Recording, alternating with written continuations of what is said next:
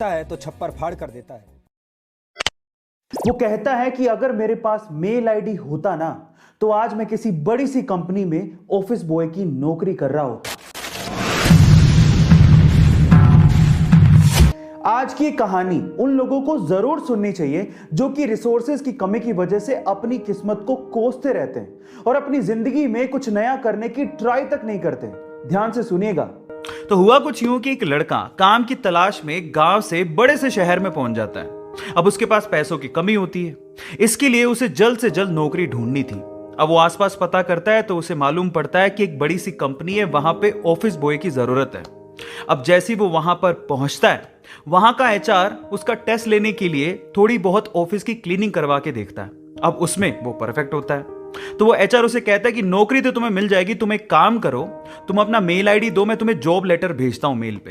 तो वो लड़का प्यार से बोलता है कि सर मेरे पास मेल आईडी नहीं है।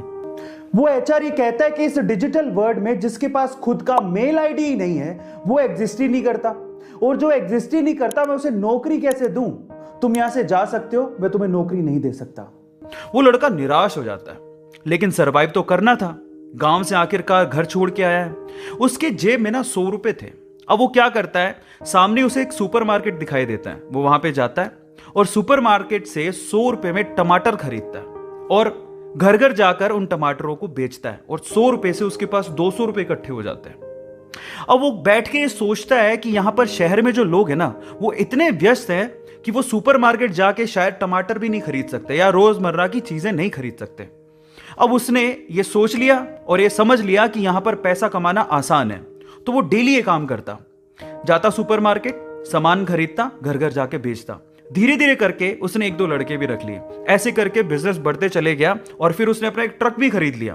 फिर वो आसपास के गांव से सब्जियां लेके आता और वहां पर बेचता। ऐसे करके वो बंदा 1-2 साल के अंदर ही मिलियनेयर बन गया। अब एक बार क्या हुआ कि कोई पॉलिसी बेचने वाला जो फैमिली पॉलिसी बेचता था वो उसके घर आया और सारा पॉलिसी का फॉर्म भरवा के उससे कहता है कि सर आप अपना मेल आईडी दीजिए, मैं आपकी पॉलिसी को कंफर्म कराता हूं कंपनी से।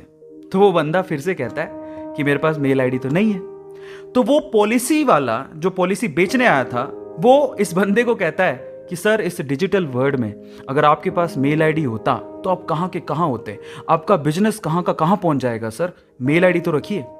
तो वो प्यार से जवाब देता है, वो कहता है कि अगर मेरे पास मेल आईडी होता ना तो आज मैं किसी बड़ी सी कंपनी में ऑफिस बॉय की नौकरी कर रहा होता। इसीलिए आपके पास अगर रिसोर्सेज नहीं है तो उसका रोना बंद करिए और आपके पास जो है उसकी कीमत को समझिए और वहीं से ही पैसे कमाने की और आगे बढ़ने की कोशिश करिए, रास्ता अपने आप मिलेगा।